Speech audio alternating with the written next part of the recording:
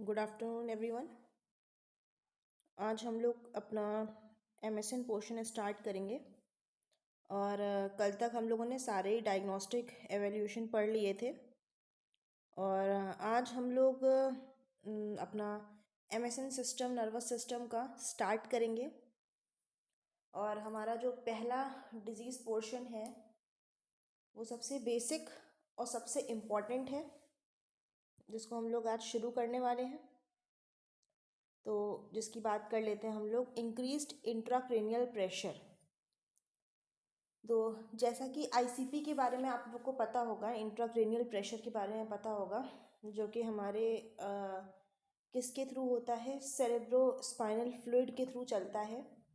और ये intracranial pressure जो नॉर्मल होता है उसकी रेंज क्या होती है, एबनॉर्मल रेंज क्या होती है, कब ये मॉडरेट्स हो जाता है, कब सीवियर हो जाता है, क्या कॉज होते हैं इसके, क्या सिम्टम्स होते हैं इसके, और और क्या सारी चीज़ें होती हैं, ये सारी चीज़ें हम लोग आज इसमें पढ़ेंगे। तो आप लोग हमारी क्लास के साथ साथ बने रहिएगा और इसका जो पीडीएफ है वो आप लोग को लिंक में डिस्क्रिप्शन में मिल जाएगा। सेम यही स्लाइड्स आप लोग को मिलेंगी, क्योंकि ये पूरी स्लाइड्स मेरे द्वारा बनाई गई है, मेरे खुद की स्लाइड है ये। तो ये आप लोग को इसी पीडीएफ में मिल जाएगी। और नोट्स का आप लोग प्लीज़ कमेंट करके बताइएगा कि आप लोग को ये तरीका अच्छा लग रहा है या फिर जो पहले पढ़ाते थे लिखकर वो तरीका अच्छा लग रहा है। तो आप लोग प्लीज़ कमेंट में ज़रूर बताइएगा कि आप लोग को कैसा मेथड अच्छा लग रहा है पढ़ाने का। ये फ़र्क इतना है कि उसमें लिख लिख के पढ़ाते थे, इसमें पहले से सब कुछ लिख के रखा है मैंने और बस आप लोग को एक्सप्लेन करना है।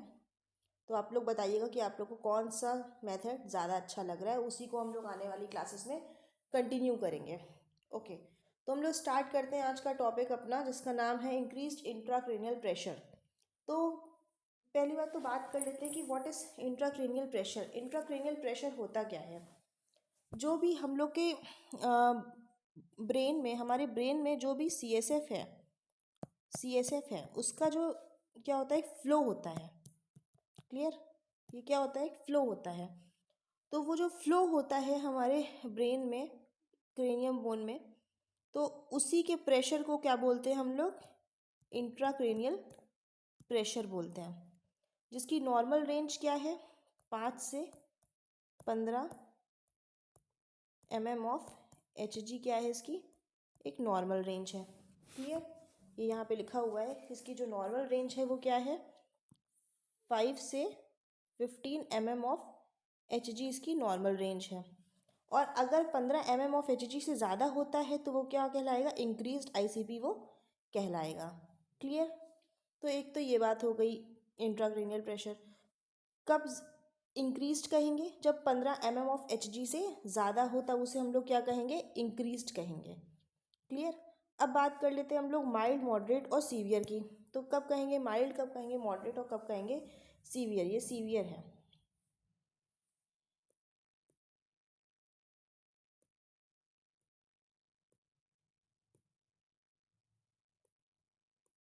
उस वाले मेथड में थोड़ी राइटिंग की प्रॉब्लम रहती थी, इसीलिए इस बार टाइप करा है। तो बताइएगा कि कौन सा अच्छा है। तो जो माइल्ड है वो क्या है, 15 to 20 mm ऑफ Hg को हम लोग क्या बोलेंगे, माइल्ड कहेंगे। मॉडरेट कब कहेंगे, जब 20 से 30 mm ऑफ Hg हो जाएगा। और सीवियर कब कहेंगे, जब 30 से अबव हो जाएगा। तो उसे क्या बोलेंगे, उसे बोलेंगे हम लोग आपका सीवियर इंक्रीज इंट्राक्रेनियल प्रेशर हम लोग बोलेंगे। ओके, तो बात कर लेते हैं हम लोग इसके कॉज की, कि क्यों होता है ये, आखिर क्यों होता है। तो हमारा जो ब्रेन है ना, ये मान लीजिए हमारा ब्रेन है, इसमें 3 चीज़ें होती हैं। क्या होती हैं इसमें, 3 चीज़ें होती हैं। कौन कौन सी? एक तो होता है आपका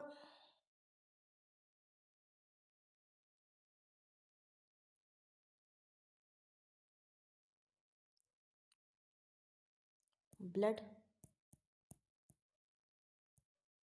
दूसरा होता है आपका सीएसएफ और तीसरा होता है नर्व टिश्यू।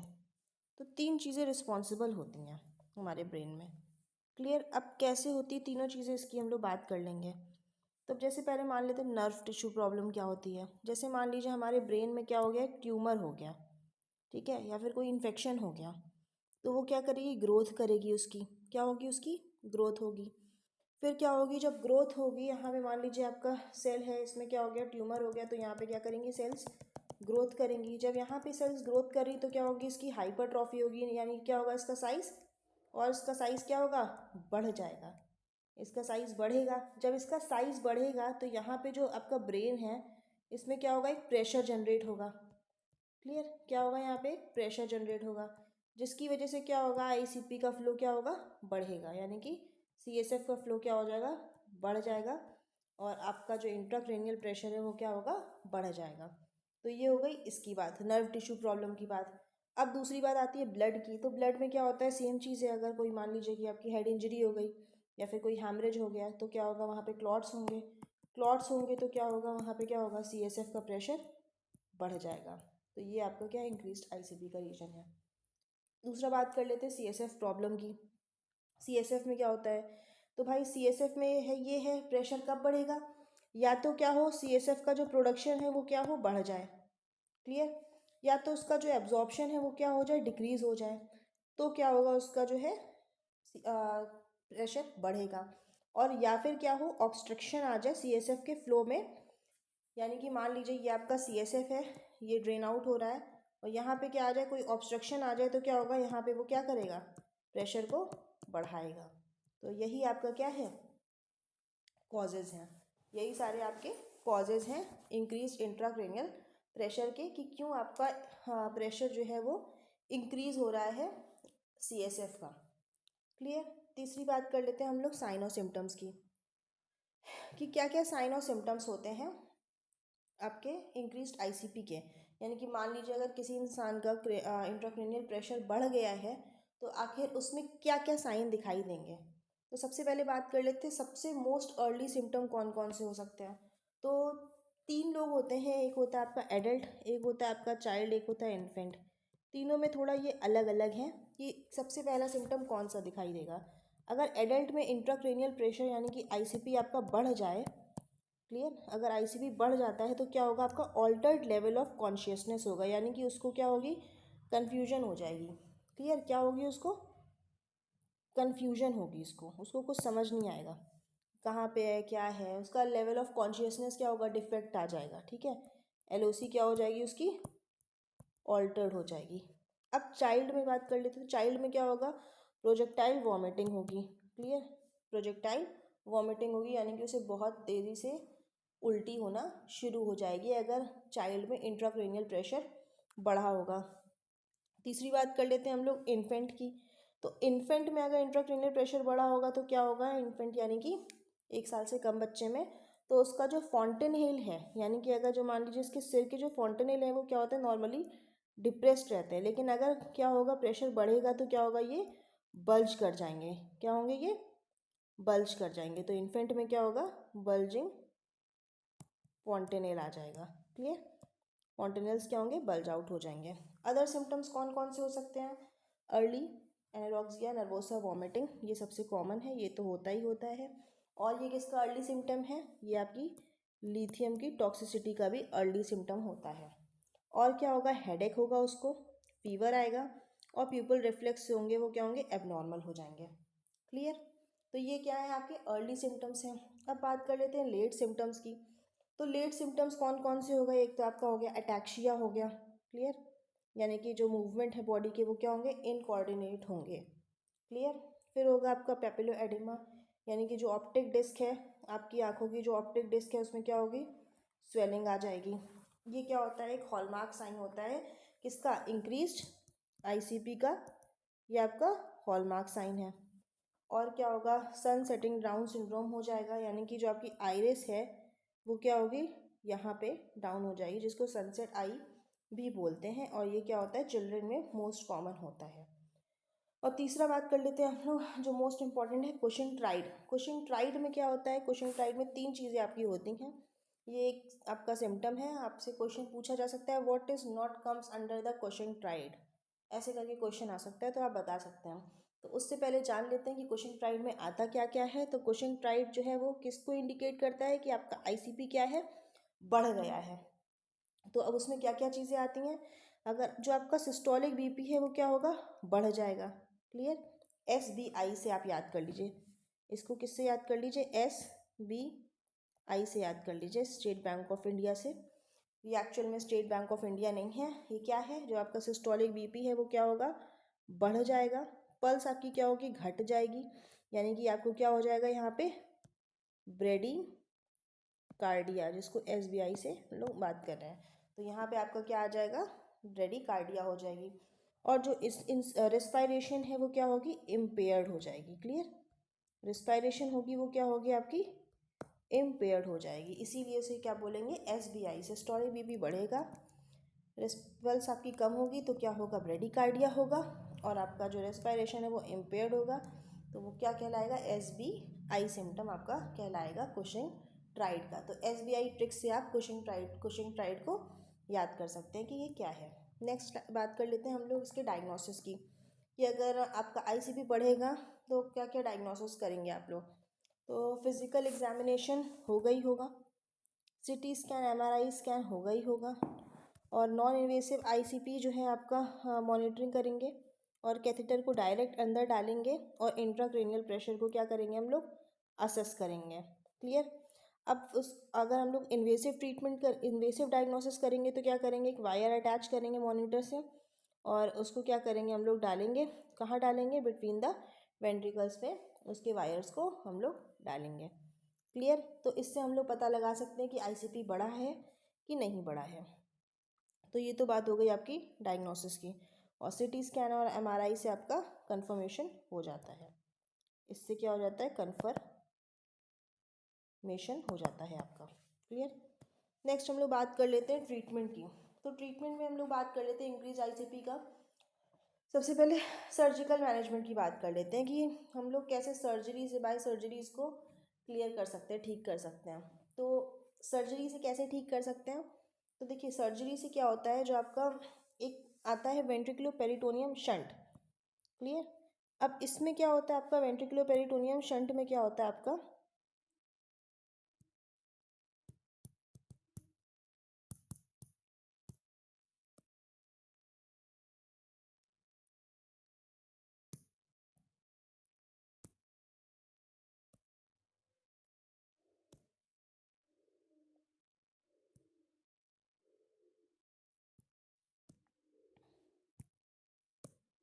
हम्म तो ये आपका जो वेंट्रिकुलो पेरिटोनियम शंट है, इसमें क्या करते हैं, ये आपके जो वेंट्रिकल्स हैं यहाँ पे, क्लियर, यहाँ पे जो वेंट्रिकल्स हैं आपके, जो हम लोगों ने स्टार्टिंग में 4 वेंट्रिकल्स आप लोगों को पढ़ाए थे, तो इसमें से लेटरल वेंट्रिकल्स में आपके जो है डाला जाता है इसको, और क्या होता है, ये जाके पेरिटोनियम कैविटी से सीधे क्या कर जाती है, अटैच करी जाती है, जिससे क्या होगा, वेंट्रिकल से आपका सीएसएफ जाएगा, और कहाँ पे आपका ड्रेन आउट होगा, यहाँ पे ड्रेन आउट होगा, यानी कि पेरिटोनियम कैविटी में आपका ये ड्रेन आउट होगा। क्लियर। तो ये है आपका क्या तरीका, ये है आपका तरीका इसका सीएसएफ को ड्रेन आउट करने का, किससे, वीपी शंट के थ्रू ड्रेन आउट करने का। और ये आपका वीए शंट है, इससे अभी फ़र्क नहीं है, यहाँ हम लोग वीपी शंट पढ़ेंगे कि कैसे आपका ये ड्रेन आउट हो रहा है। क्लियर।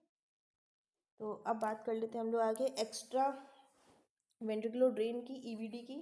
तो ये क्या होता है, ये पेरिटोनियम कैविटी में ना करके सीधे वेंट्रिकल्स में डाल के क्या कर जाते हैं, बॉडी के बाहरी सीधे क्या कर जाता है, ड्रेन आउट कर जाता है। ये आपका क्या है, सीएसएफ है। क्लियर। तो ये दोनों आपके क्या हो गए, सर्जिकल मैनेजमेंट हो गए। तीसरा बात कर लेते हैं, अगर मान लीजिए कि आपकी हेड इंजरी है या फिर कोई ट्यूमर है, तो उस केस में क्या करा जाता है, ब्रेन की सीधी सर्जरी करी जाती है, यानी कि क्रेनियोटॉमी करा जाता है। अब बात कर लेते हैं क्रेनियोटॉमी में पोजीशन का ध्यान देना है, तो पोजीशन दिया जाएगा आपको सेमी फाउलर, किस लिए, ताकि जो इंक्रीज रिस्क है आईसीपी का वो कम करा जा सके, इसलिए आपको क्या करा जाएगा, सेमी फाउलर पोजीशन का ध्यान रखना है। किसका ध्यान रखना है, सेमी फाउलर पोजीशन का ध्यान रखना है, कि यहाँ पे आपको सेमी फाउलर पोजीशन ही देनी है।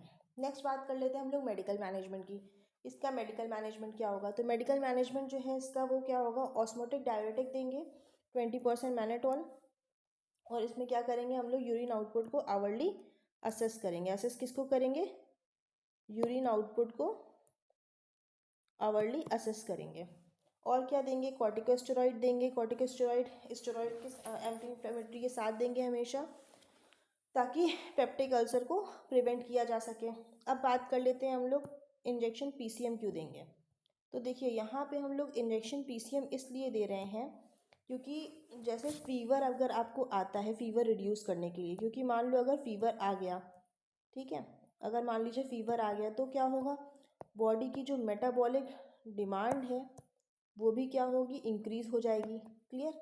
जो बॉडी की मेटाबॉलिक डिमांड है वो इंक्रीज़ हो जाएगी। जब मेटाबॉलिक डिमांड इंक्रीज़ होगी तो क्या होगा, आपकी बॉडी में क्या होगा, जो ब्लड फ्लो है वो बढ़ेगा। क्लियर? जो ब्लड फ्लो है वो बढ़ेगा, और जब ब्लड फ्लो बढ़ेगा तो क्या होगा, आपका आईसीपी भी क्या होगा, बढ़ेगा। तो इस वजह से क्या करा जाता है, पीसीएम को इसीलिए दिया जाता है ताकि फीवर को हम लोग क्या करें, रोक सकें और मेटाबॉलिक डिमांड भी कम हो सके। इसीलिए हम लोग क्या करते हैं, इंजेक्शन पीसीएम देते हैं। कब? जब इंट्राक्रेनियल प्रेशर बढ़ा होता है, ताकि फीवर ना आए। क्योंकि अगर फीवर आया तो क्या होगा, आपकी मेटाबॉलिक डिमांड बढ़ जाएगी। मेटाबॉलिक डिमांड बढ़ेगी तो ब्लड फ्लो बढ़ेगा, और ब्लड फ्लो बढ़ेगा तो आपका आईसीपी भी बढ़ जाएगा। क्लियर? तो ये बात हो गई हमारी इंक्रीज्ड आईसीपी की।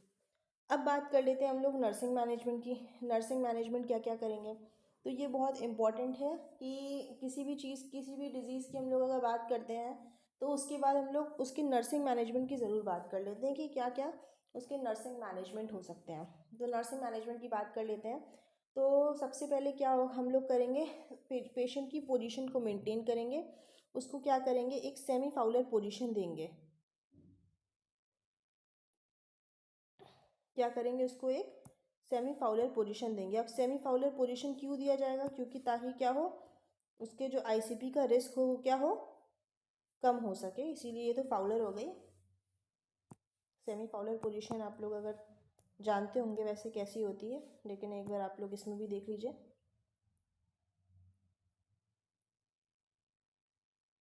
इस तरह की होती है क्या, सेमी फाउलर पोजीशन। पेशेंट ऐसे लेटा होता है, स्लाइटली टिल्ट होता है बेड, बेड की साइड क्या होती है, स्लाइटली टिल्ट होती है। इसी को हम लोग क्या बोलते हैं, सेमी फाउलर पोजीशन कहते हैं।